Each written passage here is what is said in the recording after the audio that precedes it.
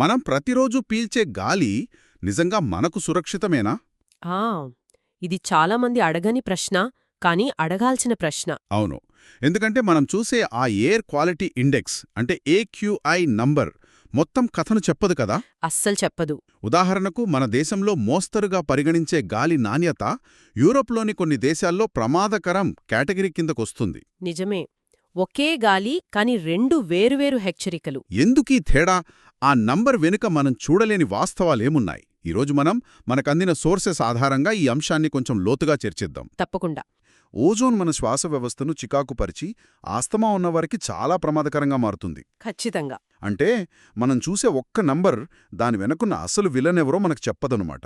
సరిగ్గా చెప్పారు.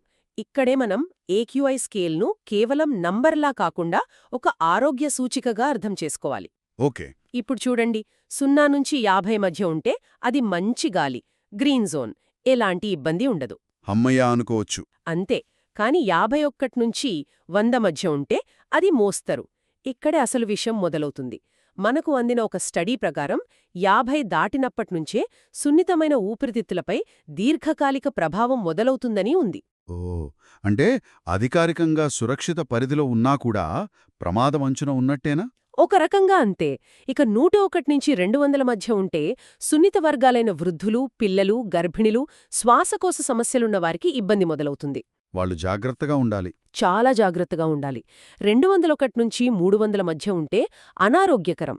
అంటే ఆరోగ్యంగా ఉన్నవారిపై కూడా ప్రభావం మొదలవుతుంది. కళ్ళు మండటం, గొంతులో గరగర, ఇలాంటివి. అవును, దగ్గు వంటి లక్షణాలు కనిపిస్తాయి. ఇక 301 దాటితే పరిస్థితి చాలా తీవ్రంగా ఉన్నట్టు. దాన్ని చాలా ప్రమాదకరం, అత్యంత ప్రమాదకరం అని వర్గీకరిస్తారు. నాకు గుర్తుంది, గత నవంబర్లో ఢిల్లీలో స్కూల్స్ మూసివేసిన వారం. అదే, ఆ రోజుల్లో AQI 500 దాటింది. అదొక హెల్త్ ఎమర్జెన్సీ. ఆ గాల్ని పీల్చడమంటే రోజుకు 20 నుంచి 25 సిగరెట్లు కాల్చిన దాంతో సమానం. అది ఊహించుకుంటేనే భయంగా ఉంది. సరే, ఈ పరిస్థితికి కారణాలేంటో మనందరికీ స్థూలంగా తెలుసు. వాహనాల పొగ, ఫ్యాక్టరీలు, నిర్మాణ పనులు. కానీ మనం పరిశీలించిన నివేదికలు కొన్ని ఆశ్చర్యకరమైన విషయాలను బయటపెట్టాయి. ఉదాహరణకు, ఢిల్లీ లాంటి నగరాలలో ఏడాది పొడవునా కాలుష్యానికి వాహనాలే ప్రధాన కారణం. అవును. కాని అక్టోబర్, నవంబర్ నెలల్లో పరిస్థితి ఒక్కసారిగా ఎందుకు విషమిస్తుంది? దీనిపై భిన్న వాదనలున్నాయి కదా. అవును. ఇక్కడే చాలా ఆసక్తికరమైన చర్చ జరుగుతోంది. ఒక వాదన ప్రకారం శీతాకాలంలో ఢిల్లీ చుట్టుపక్కల రాష్ట్రాలైన పంజాబ్, హర్యానాలలో రైతులు పంట వ్యర్థాలను కాల్చడం. స్టబుల్ బర్నింగ్ అంటారు కదా. అదే. దానివల్ల వచ్చే పొగ గాలి దిశ కారణంగా ఢిల్లీ వైపు వస్తోంది. అదే సమయంలో చల్లటి వాతావరణం వల్ల ఆ పొగ భూమికి దగ్గరగా పేరుకుపోతుంది. దీన్ని టెంపరేచర్ ఇన్వర్షన్ అంటారు. దాంతో నగరం ఒక గ్యాస్ ఛాంబర్లా మారిపోతుందా? ఖచ్చితంగా. కానీ దీనికి మరో వాదన కూడా ఉంది. మన సోర్సెస్ ప్రకారం ఢిల్లీ సొంత కాలుష్యమే 70% వరకు ఉంటుందని, బయటనుంచి వచ్చేది కేవలం 30% మాత్రమేనని కొన్ని ఏజెన్సీలు వాదిస్తున్నాయి.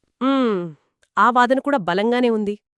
వాళ్ల ప్రకారం పండుగల సమయంలో కాల్చే టపాసులు, వాహనాల ఉద్గారాలు, నిర్మాణ ధూళి, చెత్తను కాల్చడం ఇలాంటి స్థానిక కారణాలే సమస్యను తీవ్రతరం చేస్తున్నాయి. ఈ రెండింట్లో దేని ప్రభావం ఎక్కువ? నిజం చెప్పాలంటే ఇది ఒకదానికొకటి తోడయ్యే సమస్య. రెండింటి ప్రభావముంది. పంట వ్యర్థాల పొగ ఒక ట్రిగ్గర్ లాంటిది. ఓకే. అది అప్పటికే ఉన్న కాలుష్యానికి అదనంగా చేరి పరిస్థితిని చేయి దాటిపోయేలా చేస్తుంది. దీనికి తోడు మన నగరాల భౌగోళిక నిర్మాణం కూడా ఒక కారణం. అంటే ఎత్తైన భవనాలా? అవును. ఎత్తైన భవనాలు గాలి ప్రసరణకు అడ్డుగా నిలిచి కాలుష్యం ఒకేచోట పేరుకుపోవడానికి దోహదపడతాయి. మనం కేవలం ఒక కారణాన్ని నిందించి చేతులు దులుపుకోలేం. ఇది ఒక సంక్లిష్టమైన గులుసుకట్టు సమస్య.